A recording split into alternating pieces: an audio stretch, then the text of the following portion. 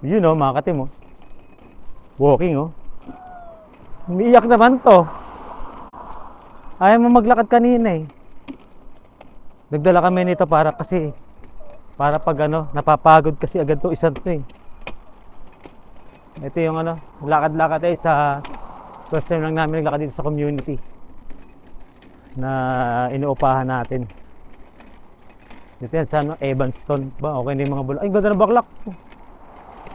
Tumubo na. No? Ganda. Tumubo na.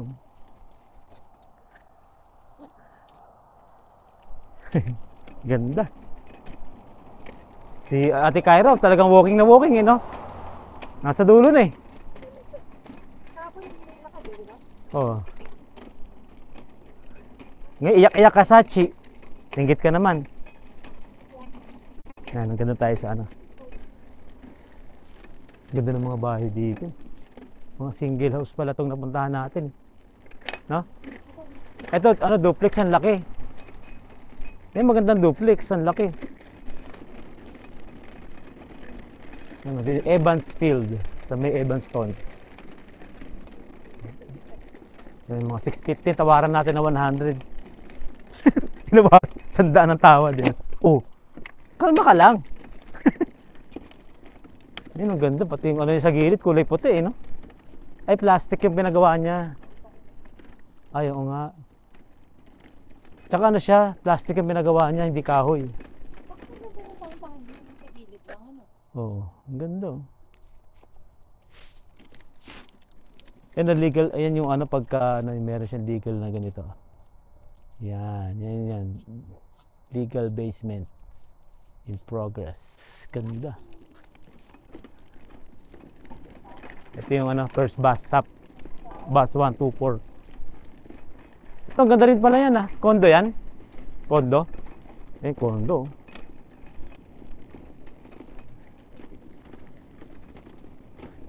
Maganda pala dito sa lugar na to. Single house, ang laki. Gusto ko yung may terrace sa harap. Oo, yan. Gusto lang. Siyempre. Gaganda. Ito naman, ito mga pinaparent naman dito na ano, kondo. Malinis eh, no? Oh. Yan yung mga for rent oh. Pakita natin yung telephone number. Yan, sa mga gusto mag-rent oh. Ito yung ano, yan legit yan oh. Yan. Ito yung mga ano, ang ganda no? Oh. Oh. Ay, ang ganda na may ano, pantay-pantay. Ito yung ano, yung mga condo. Yan. Ano yung harap kaya nila to? Mga harap at likod, no? Parang private lang. Ay, oo. Philippines. Oo nga, na Pilipino. Ganda, oh. Kabila, yung mga single house. Ganda.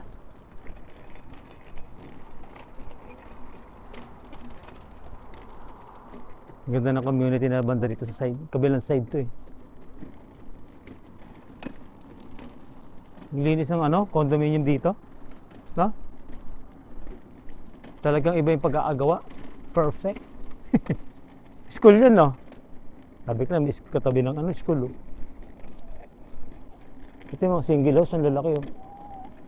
Tsaka ang gaganda. Iba-iba siya, pero magaganda siya. Malapit yan. Ito yung ano, yung community nung tinitira namin ngayon na nag-rent kami. Sa kabilang side siya, dito kami dumaan. Gaganda pala ng ano rito. Yan, oh. Ang gaganda ng ano, bahay. Kasi ito yung school madadaanan natin. Ito may mga duplex din dito, magaganda rin.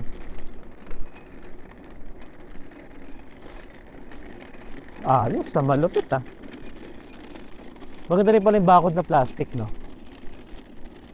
Oo, no? Single house yan, no? Yan, single house to. Ang ganda sa bababa, ang ganda pala ng ano. Saan laki ng field, oh. Kaya ito school pala tong ano, pababa na yung school na yun. Ba, ganda na mo. Nakausbong na yung mga puno. Ganda ba? Oo. Dalawang ulan pa, wala lang. Oo. Maganda yung mga single house dito. Yan. Ayun, school oh. Yung school nila parang bagong-bago pa, no? Yun ang maganda ito, oh. Malapit sila sa school. Yan. Ito yung kabilang side ng ano, Evans Field to eh.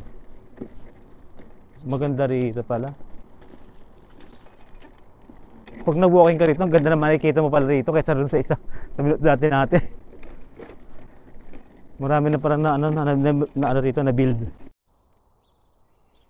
Iyon oh, mga katin, ito yung ano, yung school niya oh. Ang ganda. Tapos sa school na yan, may mga condo pa rin doon, condo. Tapos dito, meron din dito ano. Single house ng mga to. Oo na. Eh ikaw eh, ayaw mo kasing maglakad daw, yan. Iyak-iyak ka ngayon. Iyak-iyak eh no. Tapos meron ano rito. Ah, ito naman Evanston Ridge. Katapat ng ano, school. O sige na, lalakad lang tayo. Napakita natin sa mga ano natin yung community. Kung gaano kaganda. Eh, ang ganda naman talaga. Doon marami rong ano, yun, condo. Ilang building yun, oh. Dami. Tsaka gusto na yata maglakad nito. Umiiyak. Palakarin mo na to. Pag napagod na lang, sakay natin sila.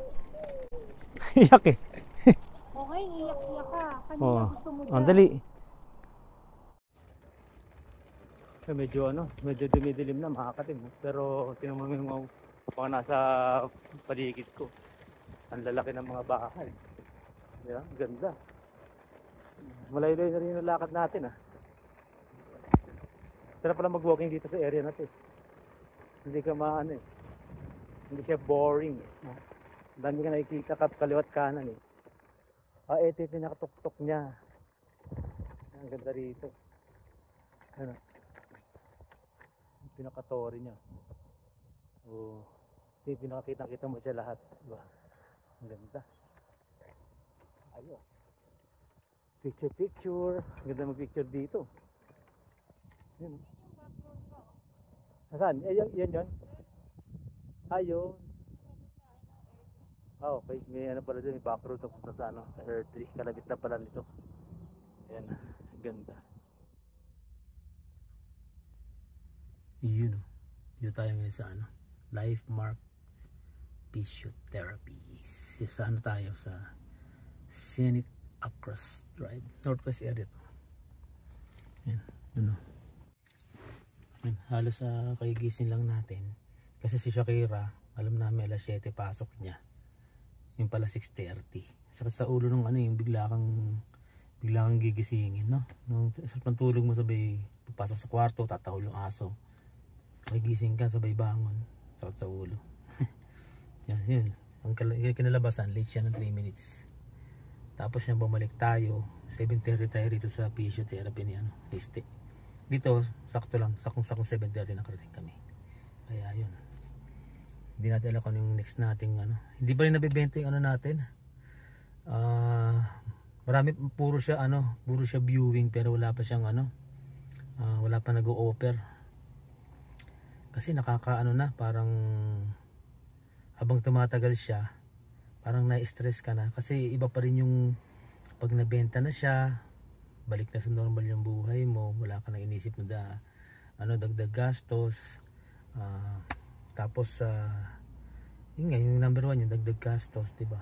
Tapos yung baka mamaya yung pababa yung presyo ng bahay, eh halos wala nang matira sa atin. Eh ano nang mangyayari sa atin nun, diba? Yung equity na inaasahan natin, eh baka mabawasan, halos nabawasan na ng 5,000 yun halos eh. Kasi ano siya from 468, 450 na lang siya eh. Malaki-laki rin yung halos 20,000 yung binaba ng presyo ng bahay. Na yung mga iba ron kasi mga 500 yun eh, kaya nag 468 kami para below kami sa 500. Kaya nung nakita yata nila na 468 kami sa lahat, nagbaba rin sila ng konti. Kaya nangyari pangalawang meeting namin, nagbaba pa uli kami hanggang sa naging 450. Yun. Kaya yung sa mga interesado, Yan, 450 na lang yung ano, yung townhouse doon sa may Kincora. Maganda ron, maganda. Kaya ano yung 2 bedroom, 3 bedroom yun. Tapos may sarili kang garage. Tapos maganda siya, ang way mo doon Stony or Deerfoot, tapos malapit ka sa lahat. Kaya maganda yung lugar na yun. Kaya yung mga interesado dyan, tapos baka may mga kilala kayo, eh pa-repair na lang para kahit paano yung madagdagan yung mag-view ng bahay. Marami naman daw may gusto, kaya lang wala pa nag-o-offer. Yun ang mahirap dun eh. Naging okay naman yung comment niya nung naayos siya. Dumami nga yung nag-view eh. Kaya na wala pa tayong balita dun sa yung maganda, importante rin may nag-view, offer agad para maasikaso agad, di ba? Kaya yun, yung ganun ng ano natin. Kaya Lord, sana ay nako. Comment lang po kayo sa mga kung may mga experience kayo na ayaw, yung mga natutunan nyo sa amin, may matutunan din kami sa inyo. Kasi yung mga nagko-comment na ganun, para magkatulungan tayo sa huli, pare-pareho tayong masolve ang mga problema. Yan. Hintay lang si Ste, tapos bahala na kung saan tayo abutin itong natin lakad. You know mga ka-team, kamusta kayo dyan? Yan, good morning dito. Bali 7:30, nandito na tayo sa dito nga sa physiotherapy ni Ste. Siguro pang yata ito, pang 4 na session niya na to eh. Kaya hindi pa rin tapos yung sa concussion niya. Hindi pa rin natatapos, sumasakit pa rin ang ulo niya. Kasi may mga susunod na sa CT scan naman uulitin uli. Wala nakikita pero yung simptomas ng pagsakit ng ulo niya nandun pa rin. Kaya ito, isa pa sa mga inisip namin to sa problema, bukod dun sa update to sa bahay natin na hindi pa rin nabebenta hanggang ngayon, wala pa rin nag-o-offer. Dumami yung mga nagbe-view, gumanda yung mga comments, wala nung renovate na makeover, okay naman siya. Pero ang problema natin doon, ang kailangan natin doon yung merong may nag-view tapos may nag-offer, yun ang number natin doon. Kasi nga magbababa na tayo ng presyo. Nagbaba na nga tayo ng presyo kasi sa area from 500 to 550 doon sa area namin. Kaya nagbaba kami ng 468. Kaya yun, hanggang isang buwan yun, 468. Wala pa rin nag-offer. Tapos ang nangyari doon, yung mga nasa paligid namin, siguro nakita nilang kami pinakamababa. Nagbaba rin sila ng konti. Di mangyayari dyan, nagbaba sila ng konti. Kaya nung second meeting namin, ang ginawa namin, nagaba kami, sinaganda namin sa 450 yung presyo ng townhouse na bahay natin. Kaya doon sa mga interesado, 450 na lang yung natin, yung binimenda natin property. Tapos may mga kilala kayo dyan na gustong bumili ng bahay.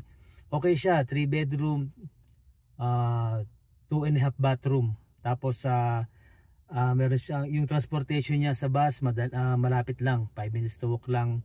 Tapos yung meron ang daanan niya naman pag lalabas kayo ng northwest, Deerfoot, meron siyang Stony Trail, mamimili kayo maganda. Tapos malapit siya sa lahat, mga Walmart, yan, malapit siya sa mga bilihan ng mga Tapos meron siyang bagong tayo na TNT ron, ang laki-laki.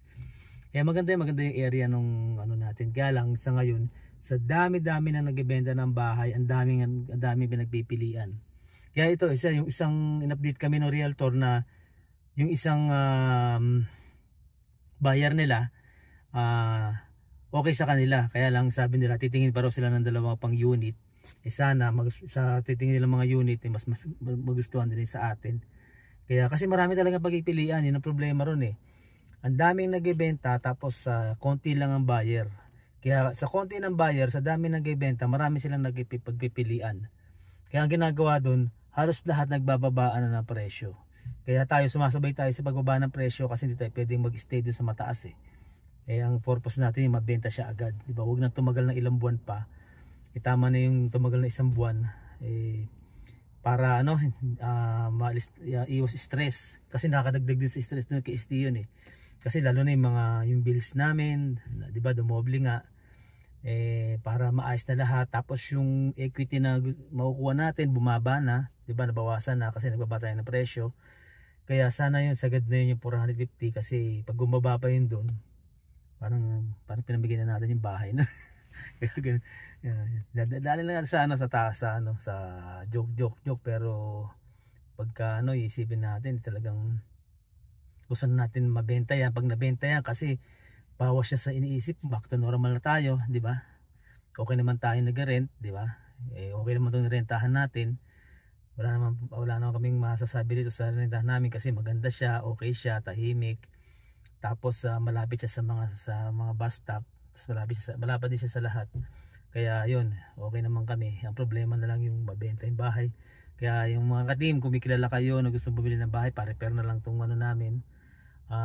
Paki-share na lang nung townhouse natin. 450 na lang siya. Umaba siya ng halos ang laki na binaba niya, mga sa 20,000 yata binaba na yan Talagang kailangan na natin Kaya yun, patulong na lang po sa mga nagko-comment, sa mga like, nag-share, maraming salamat. Sa nagbibigay ng mga tips, maraming salamat. Kaya yun, ito patulong na lang po para mabenta na po natin yung unit natin. Maging masaya na tayo, bawas sa iniisip, saka hindi na tayo ma-stress, back to normal tayo ulit. Yun, at maraming salamat sa araw-araw na pagsubaybay niyo po sa amin, sa araw-araw na panonood, pagko-comment, pag-share ng mga experience, pag-ibigay ng mga tips. Maraming salamat po sa inyo lahat dyan, sa mga dati ng subscriber, bagong subscriber, silent viewers. Kung hindi pa po kayo nagka-subscribe, pa-subscribe na lang po. Yun, at sa mga nagko-comment, nag-like, nag-share, nagbibigay ng mga tips, yun, maraming salamat sa inyo lahat dyan. Ito, tayo sa physiotherapy. Piniti ko ng siste. Isang oras yung session niya rito Tapos pagkatapos niya, bahala na kung ano yung plano natin yan. Maya naman uli, mga ka-team.